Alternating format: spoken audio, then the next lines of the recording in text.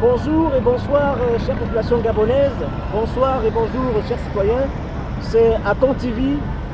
L'émission, c'est À mon humble avis avec Akamayon. C'est le docteur José Ngoné. Je suis psychocriminologue. Je suis expert au tribunal et par ailleurs consultant à la police scientifique. Je vais intervenir ce soir pour donner quelques pistes de réflexion.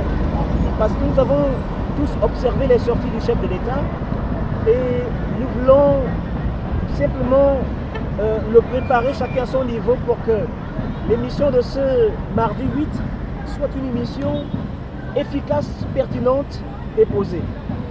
La première des choses que je conseillerais au chef, c'est de se déconnecter totalement de l'environnement médiatique actuel. Autrement dit, qu'il ne se mette pas en compétition avec qui que ce soit. Il n'est pas en compétition avec qui que ce soit. Il n'a pas besoin de l'être. Il est ce qu'il est. Il a ce qu'il a.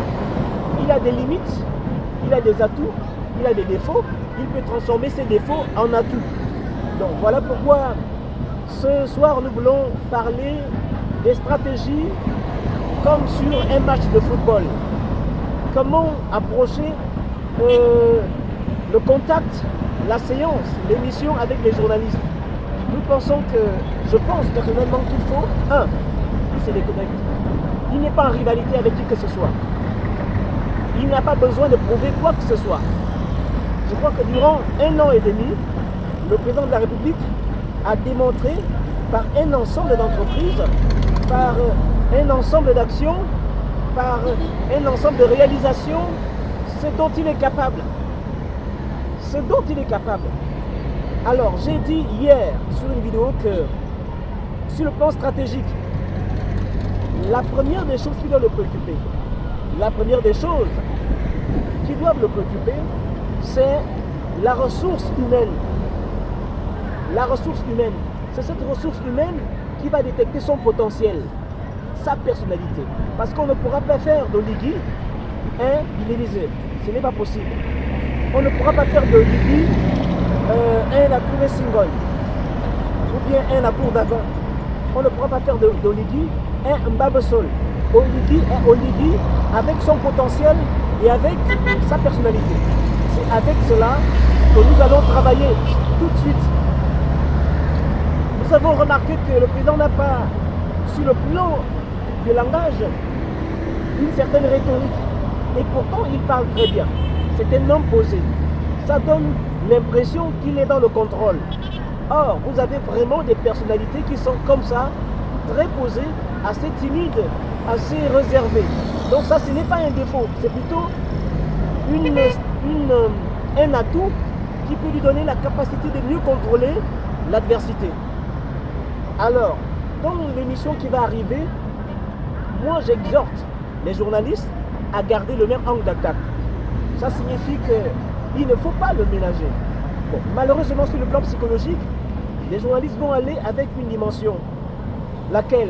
C'est qu'ils savent qu'ils parlent à un militaire. Ils savent qu'ils parlent à une autorité.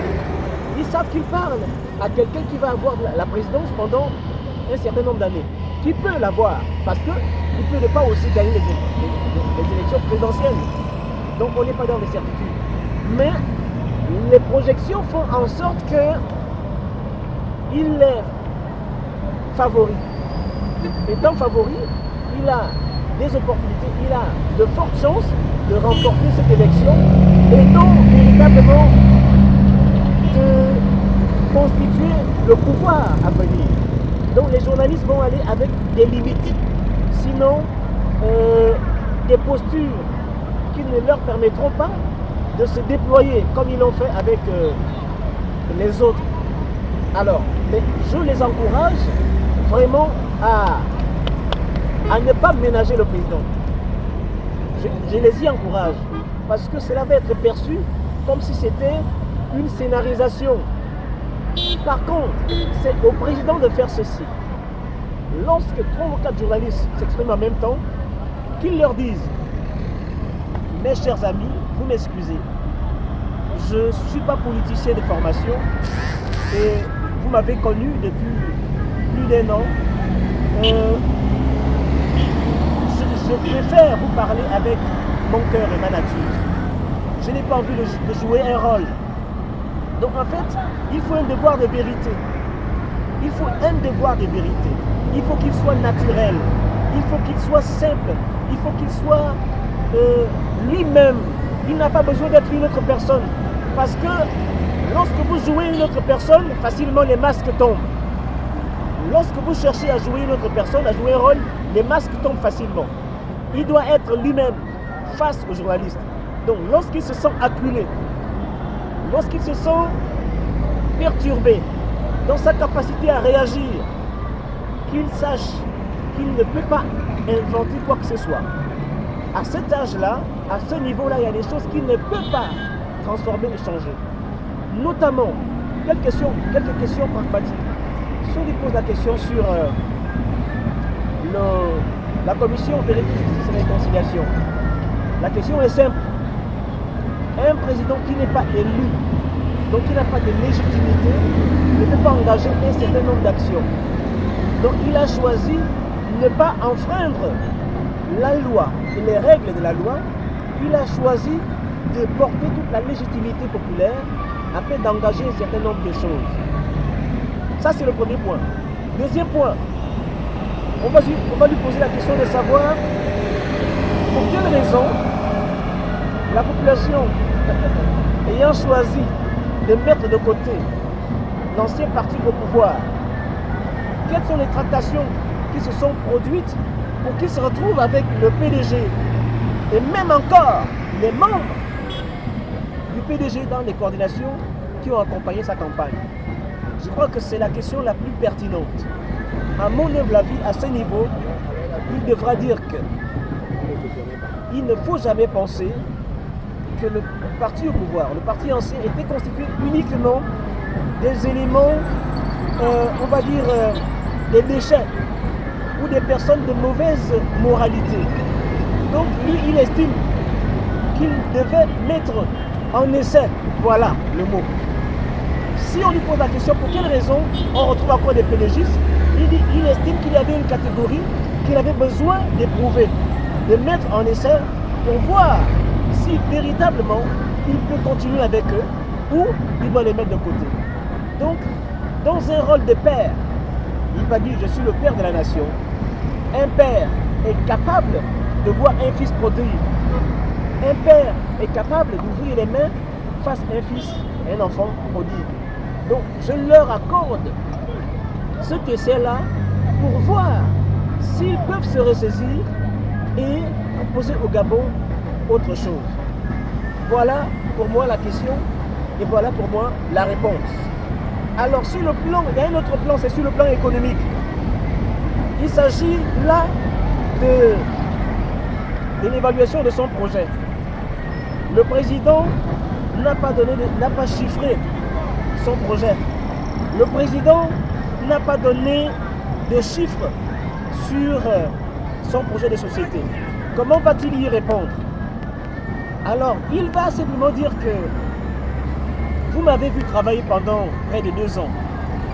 J'ai travaillé pendant près de 2 ans.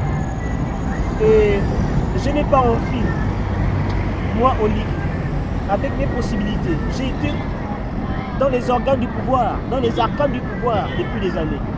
Je sais où se trouvent les ressources. Je sais où se trouve tel ou tel fonds. Parce que j'y ai été. En tant que militaire et en tant que quelqu'un qui a côtoyé la présidente de la République. Donc, je n'ai pas envie de faire du copier-coller. Certainement, on voudrait que je fasse comme les autres. Je suis là pour bâtir le Gabon. Je n'ai pas envie d'emprunter les voies des autres, des canaux des autres, parce que je ne maîtrise pas certaines choses. Je suis là pour des choses qui appartiennent à mon potentiel. Donc, la question de l'évaluation des projets, du calcul, nous allons entreprendre ces réalités-là beaucoup plus tard. Et même là, je les ai déjà évalués en amont. Parce que certains des projets dont je parle ont déjà été entamés. Certains des projets que vous voyez ici, dans mon projet de société, ont déjà été entamés, donc ont déjà été déclenchés, ont déjà été évalués. Certainement, ici, je n'en expose pas les coûts, mais l'évaluation a déjà été faite. Donc, voilà pourquoi cet après-midi, je tenais véritablement à donner au président quelques axes de réflexion. Alors, sur le séquençage de l'émission, le président devra chercher à séquencer mentalement son émission. Ça signifie que l'émission va durer 1 heure. Il doit la diviser peut-être par 5 et doit marquer chaque séquence par une annonce clé. Il doit faire une annonce clé. Cette annonce-là, bien ce sont ces annonces-là qui vont servir d'image pour la population. Lorsque il mentalise dans son esprit une séquence, il doit chercher à placer une annonce, à faire une annonce clé. Et cette annonce-là va résumer la séquence en question. Donc, dans son esprit, il doit marquer la population gabonaise par des annonces clés en séquençant l'émission. Qu'il soit préparé comme ça, je crois qu'il n'a pas besoin, dans son psychisme, dans son esprit, de se mettre en rivalité contre qui que ce soit. En résumé, 1. Que le président ne se mette pas en compétition mentalement contre qui que ce soit. Pourquoi? Parce qu'il n'a pas les mêmes armes que les autres. Il a ses propres armes, qu'il les exploite, qu'il les utilise. 2. Que les journalistes ne le ménagent pas. Mais c'est à lui d'imposer le rythme de l'émission en leur disant « Je ne suis pas politicien. Je ne suis pas là forcément pour bavarder. Ceux qui savent bavarder sont passés avant moi. Vous les avez écoutés. Moi, je suis là pour du concret. Et dans du concret, laissez-moi m'exprimer tranquillement. Parce que je ne pourrai pas vous suivre. Je ne pourrai pas vous suivre. Parce que je ne suis pas habitué à cet exercice en tant qu'homme d'armée, homme de rang et tel que vous me connaissez. 3e, il va séquencer l'émission et chaque séquence doit être marquée par une annonce clé. Et enfin, il a simplement à créer des moments de détente qui ne soient pas crispés. Il a pu le faire lors de son échange avec France 24, il a pu le faire, mais il y a des petits moments de sourire, de détente, de plaisanterie pour détendre l'atmosphère.